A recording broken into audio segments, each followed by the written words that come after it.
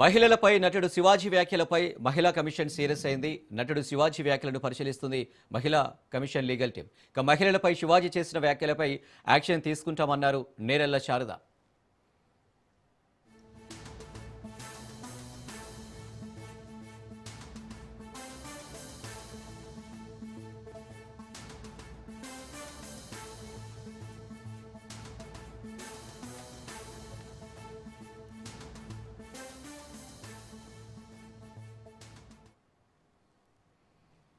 ఇక నటుడు శివాజీ చేసిన వ్యాఖ్యలకు సంబంధించి మరిన్ని డీటెయిల్స్ మా crime bureau chief Madhu live లో అందిస్తారు. మధు, ఒక డైలాగ్ ఉంది కదా,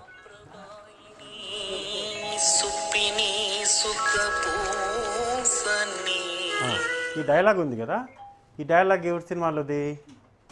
అదే శివాజీకి సంబంధించిన సినిమాలోది. ఇప్పుడు ఏదన్నా అంటే అన్నామంటారు కానీ వీడికి ఏం పని అని కొంతమంది అంటూ ఉంటారు, మనం అన్నట్లేదు.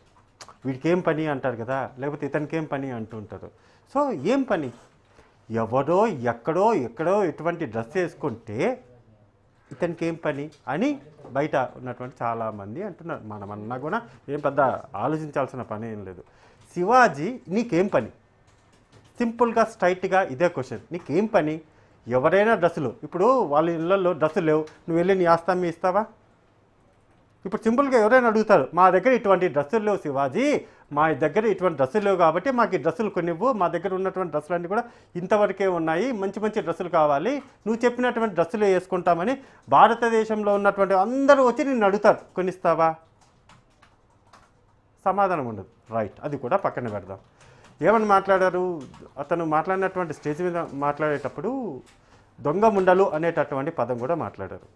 ఓకే, మాట్లాడారు కదా. ఇప్పుడు ఆ స్టేజ్ ఏదైతే ఉందో ఆ స్టేజ్ మీద అతను వచ్చి మాట్లాడేటప్పుడు సాంప్రదాయని సుప్పిని లాగా ఉండాలి, చాలా పద్ధతిగా ఉండాలి అని శివాజీ అన్నాడు కదా. మరి నువ్వు ఏ డ్రెస్ వేసుకొని వచ్చావు? అదొక టీ షర్ట్ వేసుకొని దానికి ఒక అన్ని కనబడుతుంది. మరి నువ్వు కూడా సాంప్రదాయని సుప్ని లాగా మంచి షర్ట్ వేసుకొని, వైట్ షర్ట్ వేసుకొని, ఇన్ షర్ట్ వేసుకొని సాంప్రదాయం లాగా రావాలి కదా. నేను అప్పుడు నిన్ను చూసి నువ్వు చెప్పేటటువంటి మాటలు విని, యా చెప్పేవాడు సాంప్రదాయాన్ని సుప్పిని శుద్ధపూసిలాగా ఉన్నాడు కాబట్టి మేము కూడా ఇకపైన ఇలా ఉంటామని అనుకోవచ్చు. కానీ నువ్వేదో ఇతర దేశాలకు సంబంధించినటువంటి డ్రెస్ కోడ్ ఏదైతే ఉంటుందో అక్కడి నుంచి డెలివరీ అయినటువంటి ఆ డ్రెస్సులు వేసుకుని భారతదేశానికి సంబంధించినటువంటి డ్రెస్సులు వాడకుండా నీ ఒంటి మీద ఉన్నటువంటి డ్రెస్సులే ఈ దేశానికి సంబంధించిన మ్యానుఫ్యాక్చర్ అయినప్పటికీ కానీ మోడల్ అంతా కూడా విదేశాలవి కదా. నోరుంది కదా, ఇష్టం వచ్చినట్టు మాట్లాడతాం కదా అంటే కుదరదు. అందుకోసమనే ఇప్పుడు మహిళా కమిషన్ కూడా రంగంలోకి దిగింది. ఇప్పుడు ఆయన మాట్లాడినటువంటి మాటలన్నింటినీ కూడా ఓకే, డ్రెస్ వరకు ఇలా ఉంటే బాగుంటుందేమో అని నా పర్సనల్ అభిప్రాయం అంతా కూడా చెప్పచ్చు. మీ షేపులు, దొంగ ముండలు ఏంటిది? అది ఏంటి? అదే నిన్నెవరు ఏం చేయలేరు, నన్నెవరు ఏం తాకలేరు అనుకుంటున్నామేమో. సో నేరెళ్ల శారద గారు ఇప్పుడు దీనికి సంబంధించి ఎంక్వైరీ అయితే మొదలు పెట్టారు. మొత్తం వీటన్నిటికీ సంబంధించి కూడా సమాధానం అతను చెప్పి తీరాల్సిందే.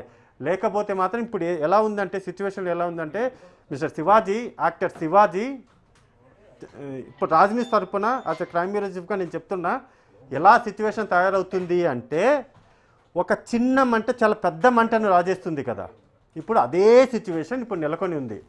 శివాజీ వెనక తోకకి మంట మొదలయ్యింది, కింద కాలు కింద మంట మొదలయ్యింది. చిన్న మంట అది ఇలా కనిపిస్తుందేమో.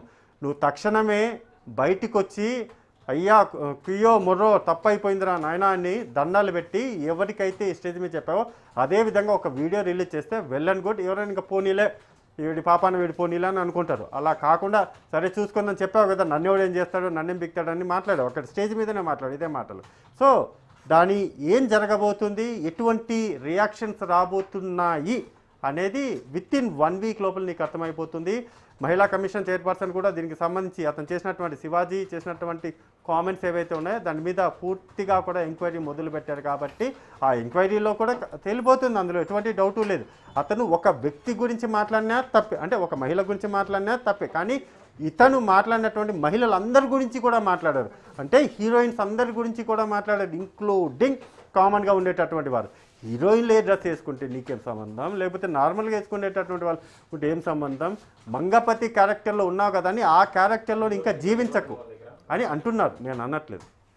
మంగపతి క్యారెక్టర్లో ఉన్నావు కదా శివాజీ, అదే క్యారెక్టర్లో ఉన్నావేమో, ఒకసారి బయటికి రమ్మా, ముఖం మీద మేకప్ తీసేసి యాక్టింగ్ స్కిల్ ఏదైతే ఉందో ఆ స్కిల్ అంతటినీ పక్కన పెట్టేసి నోరు మూసుకొని వచ్చి బయటికి సారీ చెప్పు అనే విధంగా మాట్లాడుకుంటున్నారు శివాజీ. సో నీకే ఆప్షన్ వదిలేస్తున్నాం, మనకేమీ పర్సనల్గా ఏం లేదు.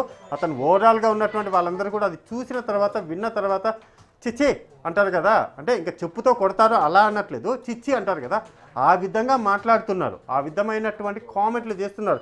ఇది ఇలానే పీక్ స్టేజ్కి వెళ్ళిపోతే మాత్రం ఇంకా చెప్పనక్కర్లేదు, చాలా దూరం వరకు వెళ్ళే సిచ్యువేషన్ కనబడుతుంది.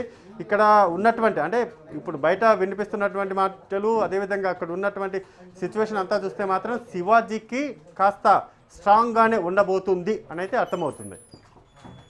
Right Madhu, thank you.